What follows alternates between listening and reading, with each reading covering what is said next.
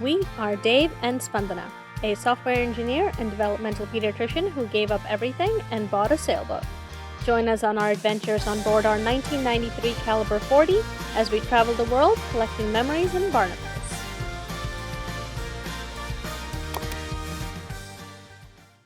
Quick.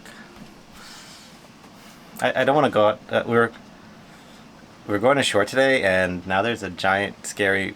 I mean, for most people, not scary, but for me, I don't like flying bugs that are giant. And there's this big one out in our cockpit right now. So I'm gonna stay on the boat today. You go to shore.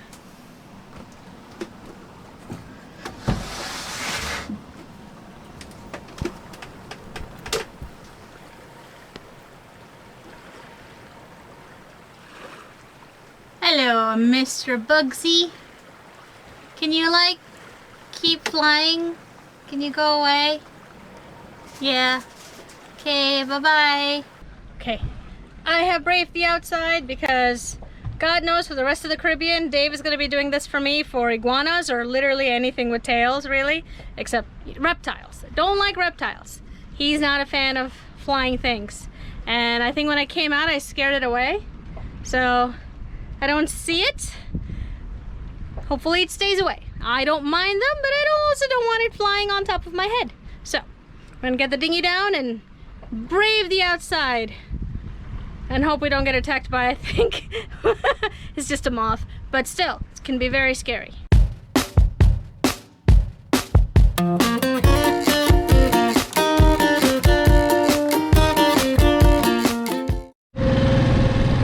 Fortunately, we got another problem.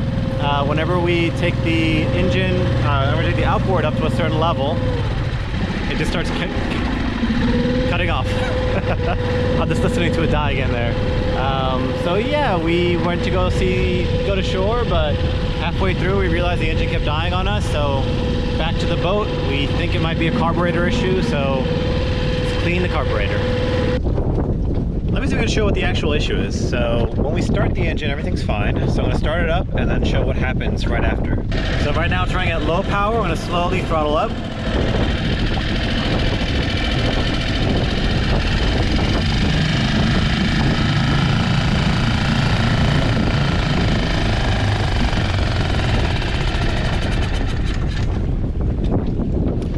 As we go past the midpoint in throttle, it just suddenly starts skipping, which sounds like a fuel starvation issue, and then it just dies. So we see that fuel's going through from the tank to the carburetor, and after the carburetor is where it dies. So probably the carburetor is the issue. Usually it's the problem with these types of engines, so I'm gonna try taking that apart and see what happens. From the outside, of course, there's no real obvious issue with it. But we'll have to take it apart and see.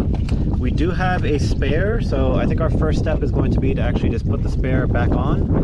Because put the spare on in the first place and then see if that solves the issue. If it does, then we know the carburetor was the problem, and we can spend some time cleaning this guy out. So we put the 6 horsepower replacement carburetor we have in, and we'll see if this one works.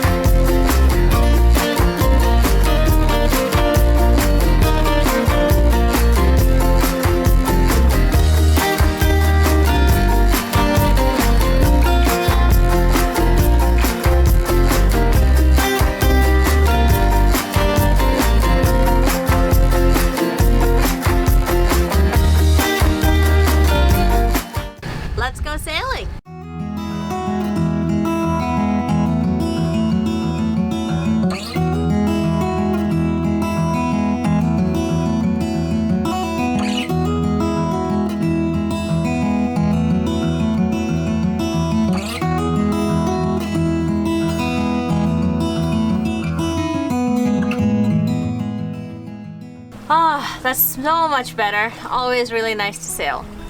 So life threw us 2 curveballs at the same time, as it does. Thank you, universe. And I think we are taking the steps that we need to manage both of them, but it definitely means a change in plans. When we left for the Bahamas, we had insurance that we picked up in the United States, and it covers us up until Long Island and up until April. So we can go as far as Long Island for now, and then we need to figure out some other plan. So we've been talking to some other brokers, and we're waiting to hear back from them. So until that happens, we can't really head any further into the Caribbean. So that means we are essentially stuck. And then comes the second curveball, which is me. A few weeks ago, I had a bit of an ear infection and swollen lymph node that I got treated at Georgetown by a doctor. I got antibiotics, and everything was healing, but then it didn't quite go away. And I, being a physician, do not like when people tell me, well, I waited to see what would happen if it would go away on its own. Usually leads to disaster, so I wanted to be a good example to myself. And that is why we are actually headed back to Nassau, which is a 52-hour jump, to get it checked out of the hospital there. And we'll see, we'll make sure that it's nothing more serious. It could be, it could not be, but you never know until you actually get checked out. So that is what we're doing, and it has been a beautiful sailing day. I don't think we're going to do a straight 52 hours just because it's not emergent. I think we're gonna do nice day sails and get there in about 2 days, but I think it's the right thing to do, and we're stuck here anyway waiting for insurance, and so it kind of comes at a good time. If there's a really good time of unknown swollen things on your body that you need to get checked out, but we will get it checked out, and we might have some bubble tea.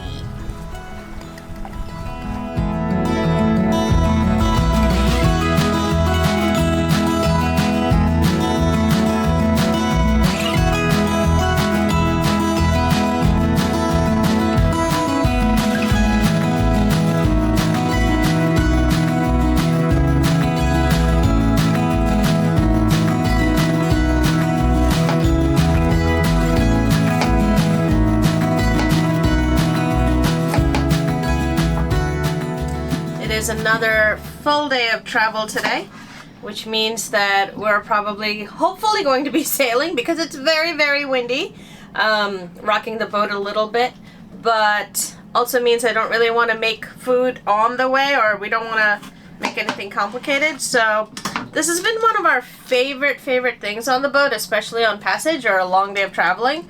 I don't know if you can see it. It's the company's called Vermont Curry, and they're basically packets of Japanese curry seasonings, all sort of put into a cube. I'll show it to you. And what we do is whatever vegetables we have, today we have some potatoes and carrots. We put that, we sort of put a good amount of water of however much gravy we want, and then these guys come sort of in a full cube.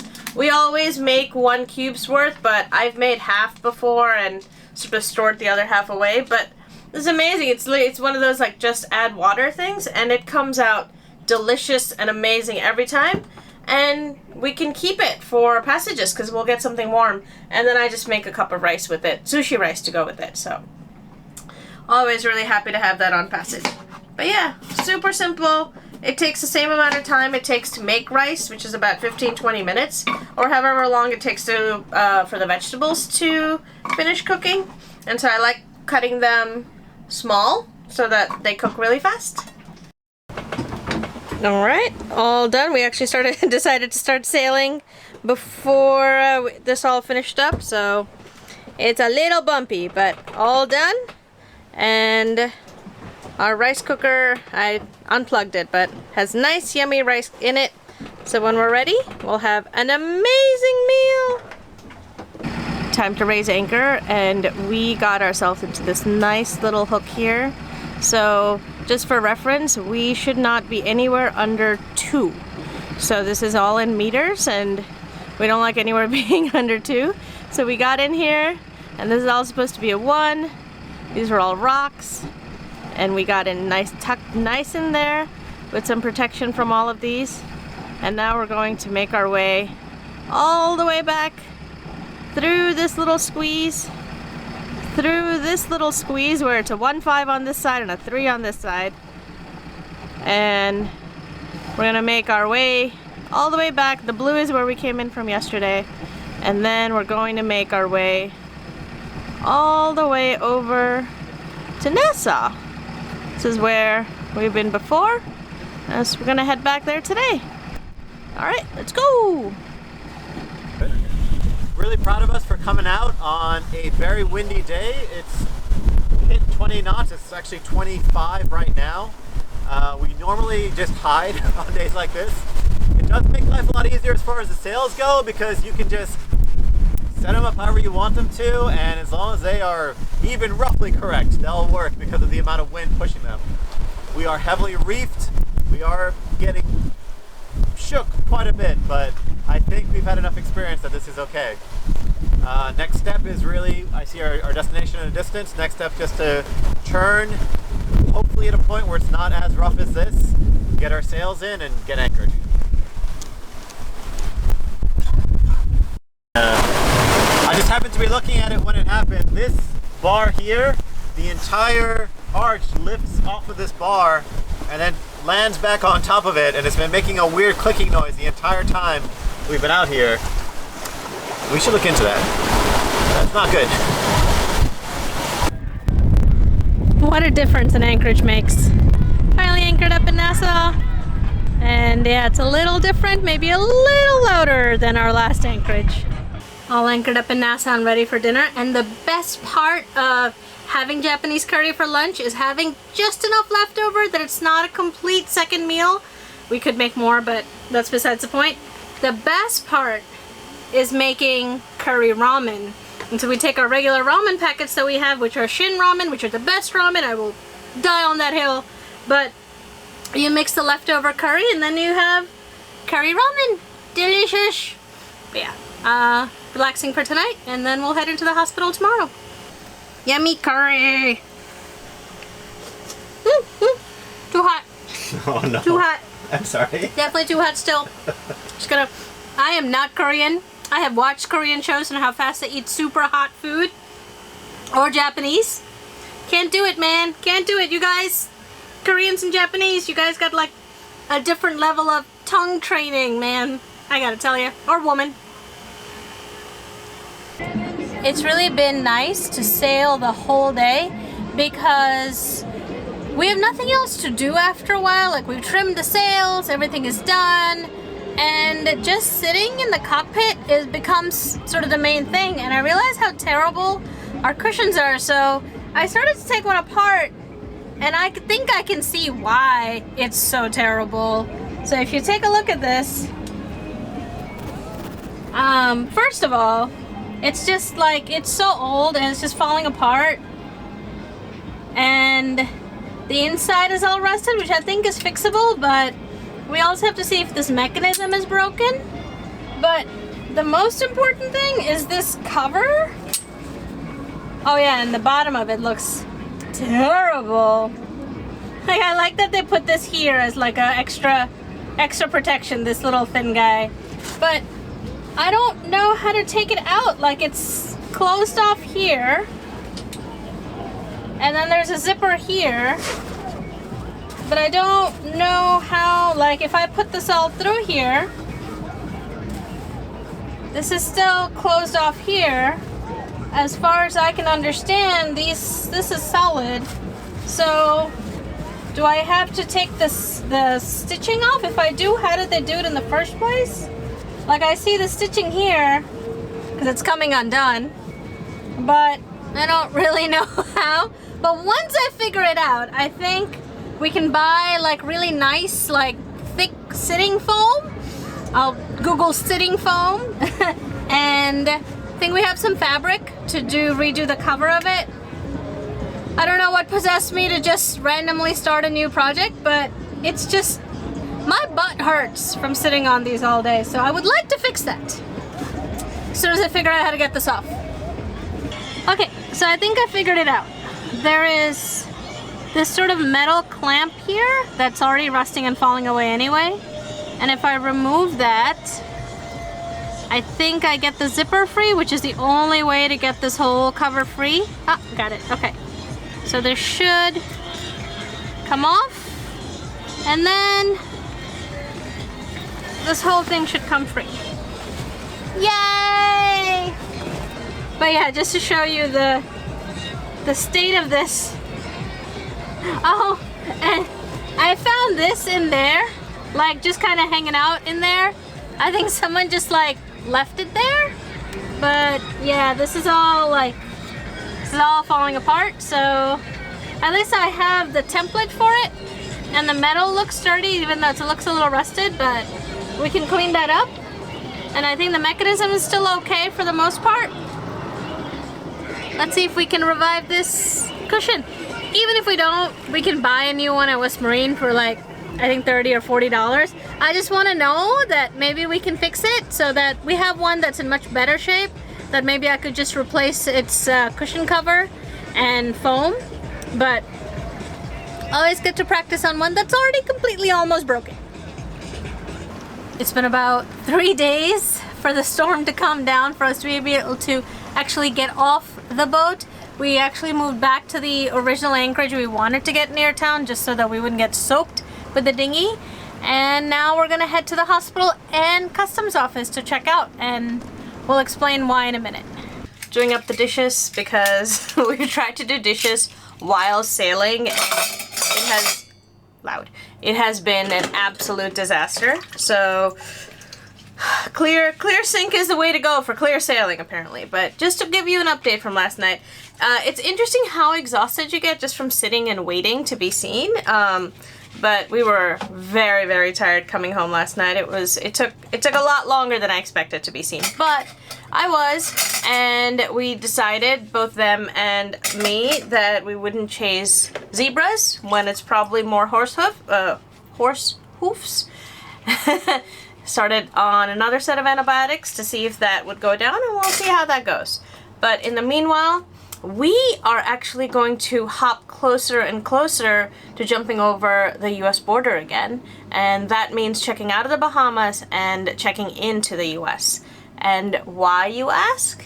We realized that we were already in Nassau. It wasn't that far to get back to the US, and we had our water maker part sitting for us waiting there, so why not just make the trip, do some more sailing, get some more sailing instead of anchoring done, and work our way back westward. So we're gonna drop into the US for a week, pick up that, as well as a ton of spares, provisions, and things like that we just, now that we've been in the Bahamas for a while, we've realized that we need.